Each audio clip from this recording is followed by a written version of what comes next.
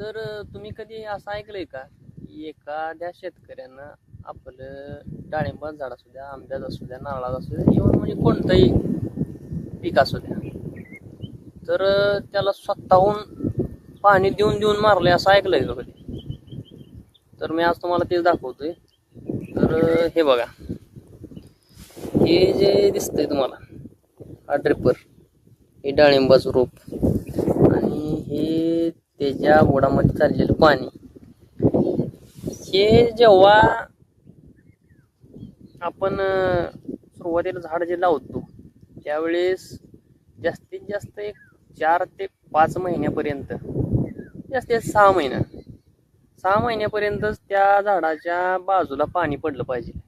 बुडात म्हणत नाही मी, बाजूला म्हणतोय. एक इताडाच्या अंतरावर पाणी पडलं पाहिजे.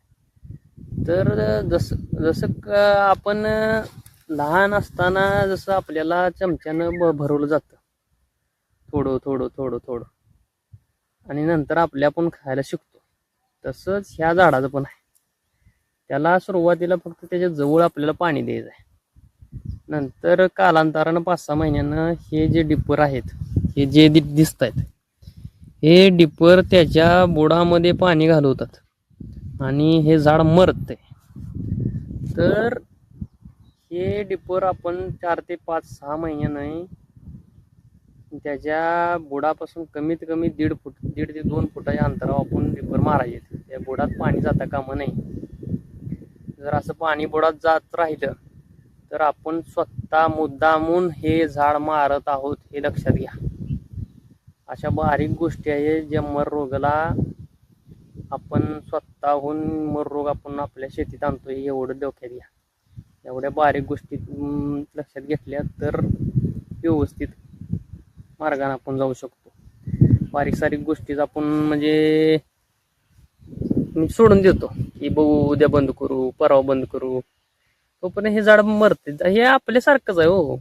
कसं आहे, जसं आपण एखाद्या रोगाला म्हणतो का नाही बाबा आज अंग दुखतंय तर उद्या जावं, जसं आपण एखाद्या रोगाला बळ देतोय आपल्या बरोबर खेळायचं, तसंच हे पाणी आपण जे बुडात घालतोय ना, तर हे सुद्धा एक बळ देतोय आपण मर रोगाला की बाबा मर रोग येऊन माझं झाड घालव असं. त्यामुळं प्रत्येक शेतकऱ्यानं कोणतंही पीक असू द्या, त्याच्या बुडात पाणी जाता कामा नये. फळबागेबद्दल बोलतोय बरं का मी. नाही आता तुम्ही म्हणताला ज्वारी मका त्याच्या बुडाचं पाणी लागते, ते नाही म्हणून मी. फळ झाड आहेत ना त्यांच्याबद्दल बोलतोय. सध्या ज्या बुडामध्ये पाणी जाते त्याच्यात बुरशी तयार होऊन ते झाड मरते. स्वतःहून आपण ते झाड मारतोय एवढं लक्षात ठेवा. तर अशा चुका करायच्या नाहीत आपण. बारीक सारीक गोष्टी मला जेवढा अनुभव मिळतोय तेवढा मी तुमच्याबरोबर शेअर करतोय. तुम्हाला जो अनुभव येतोय तो तुम्ही माझ्यासोबत शेअर करा.